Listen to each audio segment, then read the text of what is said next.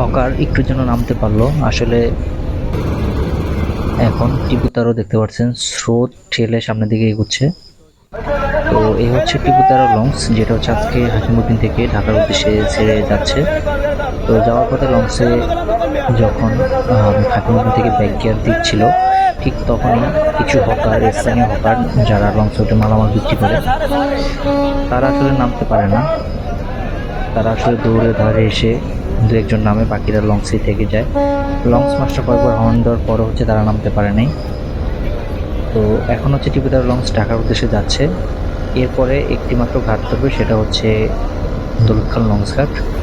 তো এখন ছেড়ে যাচ্ছে এমবি টিপুতারও লঞ্চ, খুবই স্টেবল, জনপ্রিয় এবং বিলাসবহুল লঞ্চ এমবি টিপু 13। যে লঞ্চে করে আপনারা যদি ঢাকা যেতে চান, আপনারা ফ্রিও যেতে পারবেন। সেক্ষেত্রে ভাড়া 400 টাকা, কেবিনে গেলে সিঙ্গেল কেবিন 1000, ডাবল কেবিন হচ্ছে 2200। তো লঞ্চটি বেতুয়া থেকে ছেড়ে মঙ্গল শিকদার, হাকিমুদ্দি, দৌলতখাই তিনটি ঘাট ধরে। তো যেহেতু ওয়েদার খারাপ, আজকে হাকিমুদ্দিন থেকে ঢাকা যাচ্ছে। তো যাওয়ার পথে আসলে প্রচুর পরিমাণ স্রোত রয়েছে, আপনারা দেখতে পাচ্ছেন। লঞ্চটি কেবলমাত্র ঘাট থেকে ছেড়েছে, কিন্তু পানির টানে লঞ্চটিকে অনেক পিছনে নিয়ে গেছে। তো এই মুহূর্তে ঢাকার উদ্দেশ্যে ছেড়ে যাচ্ছে এমবি টিপু 13। পরবর্তী ঘাট হচ্ছে দৌলতখাল। তো আজকে 7টা 20 মিনিটে হচ্ছে হাকিমুদ্দিন থেকে ছেড়ে যাচ্ছে ঢাকার উদ্দেশ্যে। এবং ওয়েদার খারাপ থাকলে আপনাদের জানিয়ে রাখি যে বেতুয়ার লঞ্চগুলো হাকিমুদ্দিন পর্যন্তই আসবে।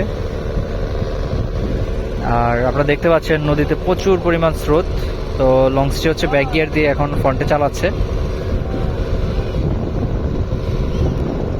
টিপু 13 চেষ্টা করবে, যেহেতু ঘাটা একদম মাছ বরাবর দিয়ে যেতে, কারণ মাছ বরাবর দিয়ে গেলে তার পানির টান কিছুটা হলেও কম করবে।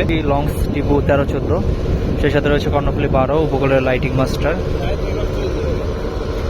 হ্যাঁ, আজকে বাটা আছে তো কষ্ট হয়ে যাবে।